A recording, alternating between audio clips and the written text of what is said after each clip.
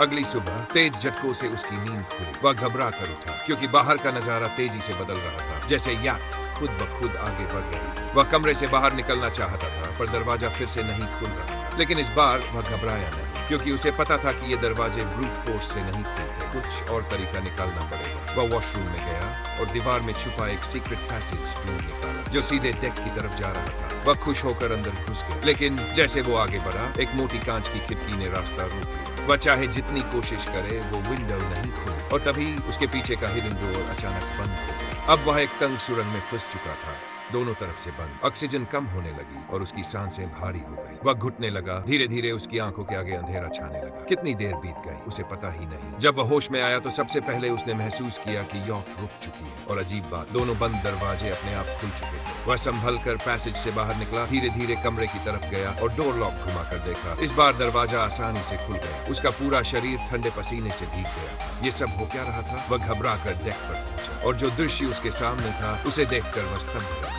वह हॉन्टेड याक्ट बिना उसे बताए सीधे उसे उसके अपने होम टाउन वापस ले आई। पर जब वह उतरा तो वहां इंसान का एक भी निशान नहीं। उसका शानदार घर अब खंडहर बन चुका, और तभी उसने पीछे मुड़कर देखा। वो रहस्यमयी याक्ट जिसने उसे वापस यहाँ लाया था, किसी भी तरह के नॉइज के बिना, किसी भी निशान के बिना गायब हो चुकी, जैसे वह कभी थी ही नहीं।